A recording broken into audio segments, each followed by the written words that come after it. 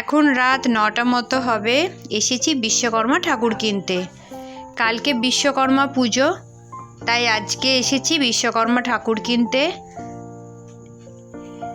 অনেকটা রাত হয়ে গেছে বলে অনেক ঠাকুরই বিক্রি হয়ে গেছে, প্রায় জায়গাগুলো ফাঁকাই হয়ে গেছে। তবে এখনও অনেক ঠাকুর রয়েছে, এখান থেকেই আমরা পছন্দ করে একটা ঠাকুর নেব।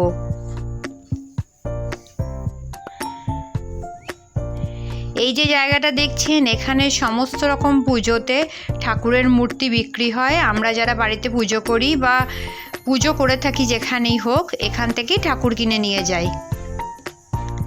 আমার এই বিশ্বকর্মার মূর্তিটা বেশ ভালো লেগেছে, তবে মূর্তিটা অনেকটা বড়, সেই জন্য এটা আর নিলাম না। বাড়ির ঠাকুর তো, সেই জন্য একটু ছোট দেখেই একটা মূর্তি খুঁজছি।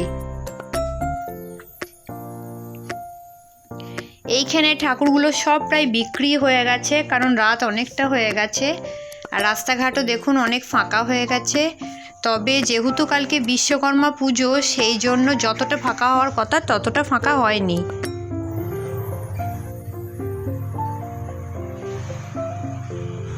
এনারাও দুজনে এসেছেন ঠাকুর কিনতে, খুব মন দিয়ে দুজনে ঠাকুর দেখছেন।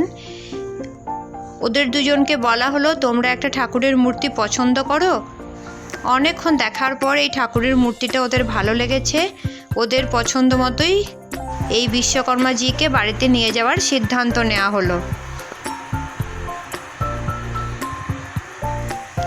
আমাদের ঠাকুর কেনা হয়ে গেছে, এবার বাড়ির দিকে যাচ্ছি। দুদিন বৃষ্টি হওয়ার জন্য বেশ ভালো ঠান্ডা লাগছে, টোটোতেও বেশ ঠান্ডা ঠান্ডা হাওয়া দিচ্ছে। এখানে একটা ঠাকুর হয়েছে, বাইরে অবধি খুব সুন্দর লাইট দিয়ে সাজিয়েছে।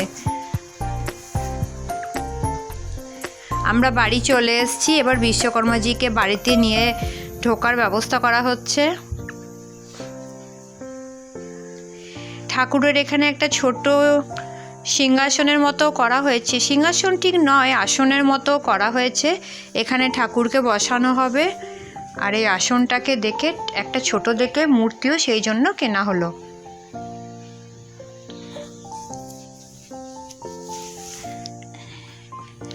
বাড়িতে এসে ঠাকুরের মূর্তিটা আসনের মধ্যে আমরা বসিয়ে দিলাম, আর ওপর থেকে প্লাস্টিকের প্যাকেট, খবরের কাগজ সব খুলে নিলাম। মূর্তিটা কিন্তু বাড়িতে এসে খুব সুন্দর লাগছে। ঠাকুরের বাড়িতে আসা অবধি ভিডিওটা আজ আপনাদের সাথে শেয়ার করলাম। ঠাকুর পুজোর ভিডিওটা অবশ্যই আপনাদের সাথে শেয়ার করার চেষ্টা করব। সবাই ভালো থাকবেন।